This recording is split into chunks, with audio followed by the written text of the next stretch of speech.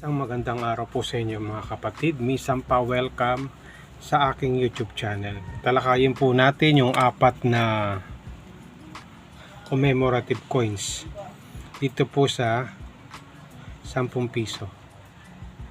Ayan, no? BSP commemorative coins. Magkano na kaya ang halaga nito?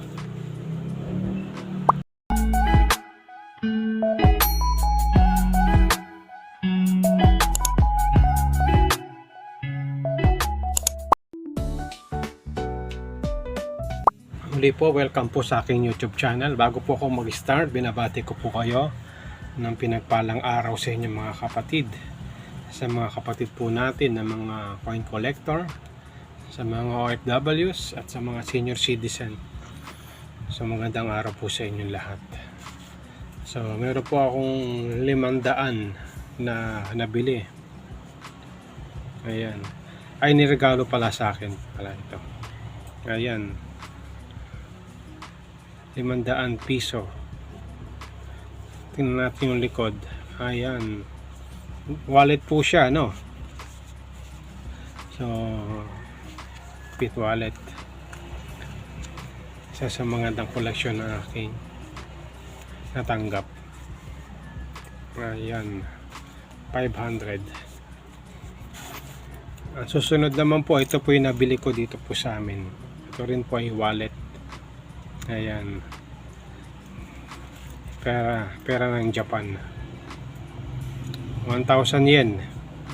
Ayan. Kung di ako nagkakamali, ito po isang lapad. Ayan. I think nasa 6,000 po ang ano nito. Kung ito po ay palitan. Isang lapad. Wallet din po siya. Isa sa magandang koleksyon na aking nabili. Ito po sa amin sa San Fernando, Pampanga. Buksan po natin. Ayan. Meron po nalagyan ng mga ATM, barya. Nalagyan ng barya. Collection lang po ito, no? Na sinare ko po sa inyo. Isa sa magandang koleksyon na aking nabili. Pwede din pong pangregalo. O, pangregalo sa ating mga mahal sa buhay. Ayan. 500 at saka isang lapad. Ito po yung mga pitaka wallet. So dumako po tayo sa coins na aking tatalakayin ngayon dito po sa mga commemorative coins. Ayan. So apat po siya, no, na BSP commemorative coin na ating tatalakayin. Ayan, ito po ay si General Antonio Luna. Ayan, ito po ang kanyang harap. 10 pesos commemorative coins. At ang kanyang likod, ito po, no, siya po ay nakasakay sa kabayo. Ayan. At sa bandang baba po yung logo ng Bangko Sentral ng Pilipinas. Nakasulat po sa itaas, Dangal Tapang. Ayan. Ni Antonio Luna. Siya po siya sa mga pintor. Manunulat.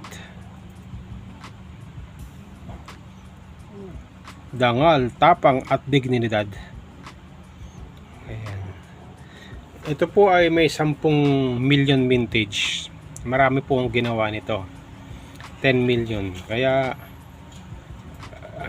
hindi masyado mataas ang kanyang halaga. Kasi nga marami po siya, 10 million. So kung magtatanong po kung bumibili po ako ng ganito, hindi po, dinalakay ko lang. Depende po sa mga collector na gustong bumili, pero ako po shinare ko lang. I think pagka may magandang condition, ito nasa extra fine lang po siya. Ang binibili po dito ng mga collector natin, naka blister pack. Yan po yung may mataas na halaga, nasa 200 pataas. yung ganitong commemorative coins. Susunod po ay yung kay Andres Bonifacio. Ayan, Republika ng Pilipinas. I think kanyang date ay nasa gilid 2013. Ayan, 10 peso si Andres Bonifacio. Ito po yung kanyang likod, no? So ito po yung pirma ni Andres Bonifacio. Makabayan, dangal at makabayan sa taas. 150 years anniversary. Ayan, ni Andres Bonifacio. I think ito rin po ay may 10 million mintage. Kaya inuulit ko, ang binibili po rito yung mga naka-blister pack.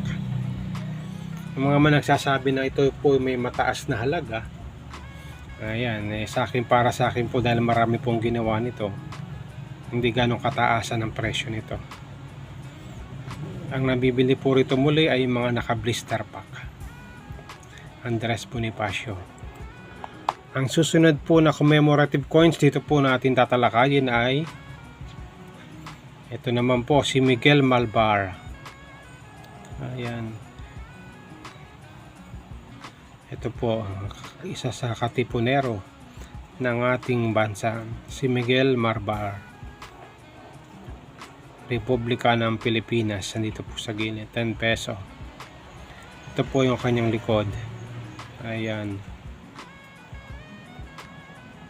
siya po ay nakatayo at may dalang espada at nakaukit po ang logo ng Republika ng Pilipinas. 150 years taon din po siya. Ayan, Miguel Malvar. I think 2015 issued ito.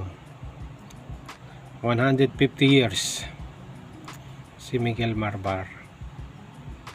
Ayan, sa mga baguhan po natin na nangongolekta ng ganito. Ayan, isa sa pong magandang koleksyon. Ito naman po ay si Apolinario Mabini. Ayan. At ang kanyang likod ay ito.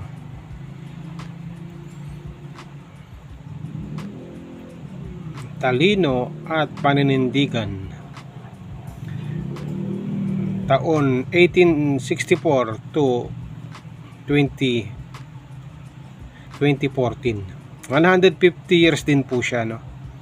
So karamihan po ng mga nakasulat dito ay puros 150 years of anniversary.